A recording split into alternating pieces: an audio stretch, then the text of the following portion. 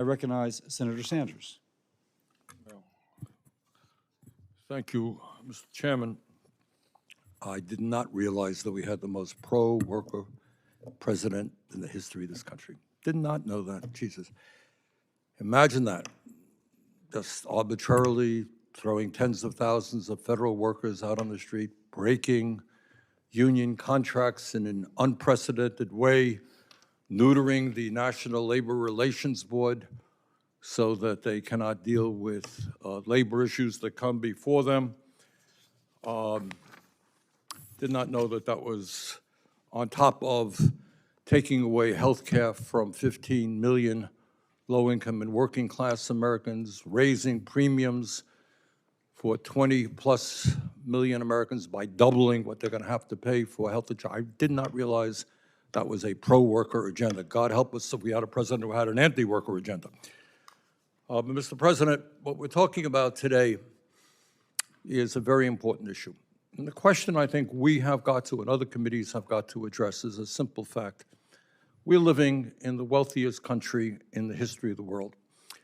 And over the last 50-plus years, we have seen an explosion in technology and worker productivity. Everybody recognizes that. And with artificial intelligence or robotics, we're going to see even more of a transformation of our economy.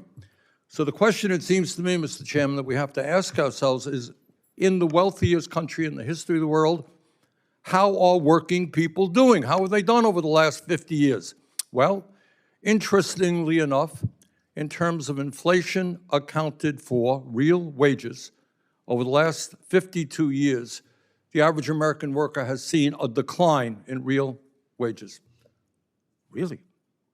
Increased worker productivity at a decline in real wages. Where has all the income and wealth gone? Well, during that same period, according to Rand Corporation, there has been a $75 trillion transfer of wealth from the bottom 90% to the top 1%. So today we have the insane situation where one man in America, Mr. Musk, owns more wealth than the bottom 52% of American households. Top 1% owns more wealth than the bottom 93%.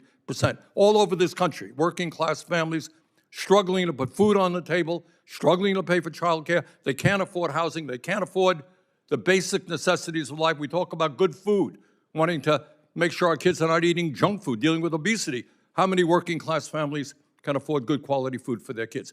Richest people never had it so good. Working class struggling to put food on the table. Now, how does that happen? Well, a number of reasons.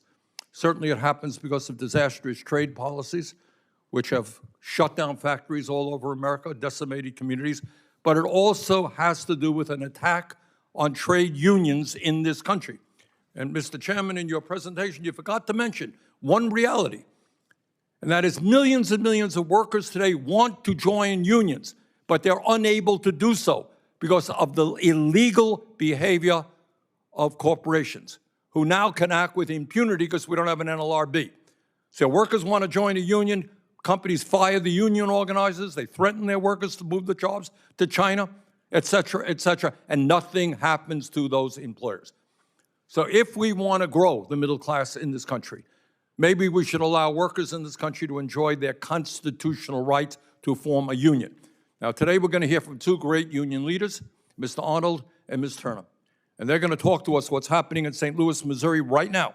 The struggle, the decent people who are manufacturing some of the best airplanes in the world, skilled workers, demanding decent wages, decent benefits from Boeing, while their CEOs make zillions of dollars.